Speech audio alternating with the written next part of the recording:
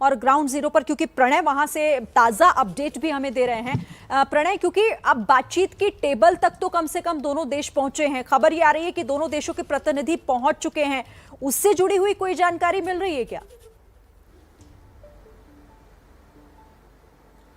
देखिए, जैसे मैंने आपसे कहा कि बातचीत की प्रक्रिया शुरू हुई है। बेलारूस का एक पर्याप्त जगह है प्रिप्यात, और वो यूक्रेन और बेलारूस की बॉर्डर के ऊपर है। और इस जगह का बेलारूस की अहमियत मैं आपको बता दूं कि बेलारूस की अहमियत इसलिए भी है क्योंकि क्यों रूस बेलारूस में बातचीत करने की जिद कर रहा है। पहली बात तो ये कि बेलारूस और यूक्रेन दोनों ही सोवियत संघ का हिस्सा थे, और बेलारूस की ही राजधानी मिन्स्क के अंदर वो समझौता हुआ था जो 2014 में क्राइमिया के ऑपरेशन के बाद शुरू हुआ था। और उस समझौते के तहत तय हुआ था कि डॉनबास के इलाके में यूक्रेन कुछ कदम उठाएगा रूस मूल के जो लोग हैं उनके हितों के संरक्षण के लिए। लेकिन अब यूक्रेन आरोप लगाता है कि रूस ने मिन्स्क एग्रीमेंट तोड़ा। वहीं रूस का यह आरोप है कि यूक्रेन ने वो वादे पूरे नहीं किए जो उसने मिन्स्क समझौते में किए थे। तो इसलिए ये बातचीत बेलारूस में हो रही है।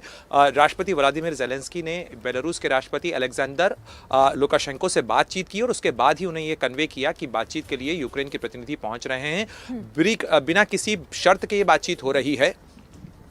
और मैं आपको लेकिन इस बातचीत के साथ साथ ये भी बता दूं कि बातचीत की कवायद के साथ साथ फिलहाल इस समय ये नज़र डालना ज़रूरी है कि कीव की तस्वीर इस समय कैसी नज़र आ रही है। इस समय आप जो देख रहे हैं स्क्रीन के ऊपर, ये राजधानी है यूक्रेन की कीव, जिसमें इस समय कर्फ्यू लगा हुआ है। और ये कर्फ्यू इतना सख्त है कि बाकायदा लोगों को कहा गया है कि अगर कोई व्यक्ति सड़क पर दिखता है और बिना पहचान के अगर दिखता है तो उसे दुश्मन माना जाएगा, उसे गोली तक मारी जा सकती है। ऐसे में लोगों के लिए खास इंस्ट्रक्शंस हैं। साथ ही इसके पूरे आसपास इस शहर के पूरे एक्सपेंस में, यानी आप देखें कि ये जो इमारत आपको दिख रही है ग्रे कलर की, ये यहाँ का विदेश मंत्रालय है। इसके पीछे जो नेपियर नदी का है उसका एक पुल है, और इस शहर को जोड़ने वाले जो पुल हैं उनमें से एक पुल जो नॉर्थ वेस्ट की तरफ से आता है, उस पुल को खुद यूक्रेनी सेना ने नष्ट कर दिया है, इस आशंका के चलते कि कहीं रूसी सेना उस पुल का इस्तेमाल न कर ले।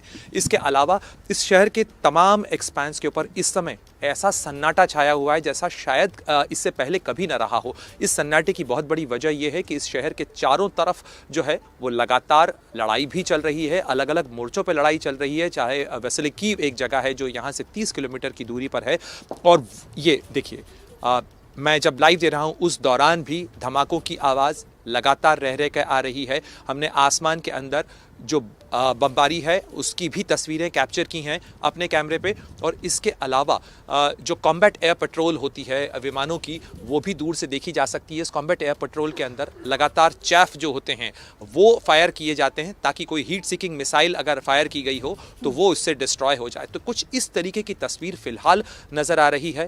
तापमान शून्य के करीब पहुंच रहा है यहाँ पे, लेकिन सियासी तापमान बहुत ज़्यादा बढ़ा हुआ है, और इस समय तक अभी तक यहाँ पर बहुत ज़्यादा लाइटिंग भी नहीं है। और इसकी एक बड़ी वजह ये भी है कि इस समय जब बमबारी का ख़तरा होता है थोड़ी थोड़ी देर में सायरन बजते हैं। इन एयर रेड सायरन्स के चलते फ़िलहाल यहाँ लाइटें भी ज़्यादा नहीं जलाई गई हैं, और शहर में कहा गया था कि अगर ज़रूरत पड़ती है तो लाइटें कम की जा सकती हैं, बंद की जा सकती हैं। तो इस एहतियात के साथ फ़िलहाल कीव इंतज़ार कर रहा है कि बेलारूस और यूक्रेन की बॉर्डर के ऊपर बातचीत की जो कवायद शुरू होगी उससे आखिर क्या नतीजा निकलता है, क्योंकि ये शहर इस समय खौफ में है, सीज में है, और जो शहर के अधिकतर लोग हैं वो इस समय मेट्रो स्टेशंस में ज़्यादा हैं। बहुत बड़ी संख्या में लोग जो हैं वो यूक्रेन छोड़कर पश्चिमी बॉर्डर जो खासतौर पर पोलैंड और रोमानिया, हंगरी से लगते हुए बॉर्डर्स हैं, स्लोवाकिया से लगते हुए बॉर्डर हैं, मोल्डोवा से लगते हुए बॉर्डर हैं, उन बॉर्डर्स की तरफ बढ़े हैं। क्योंकि ईस्ट की तरफ डॉनबास के इलाके यानी दानियास्क और खार्किव, इन तमाम इलाकों की तरफ से जो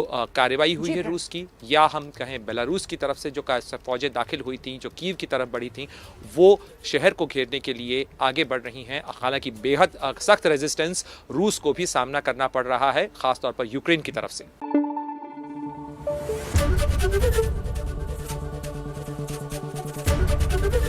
एबीपी न्यूज आपको रखे आगे।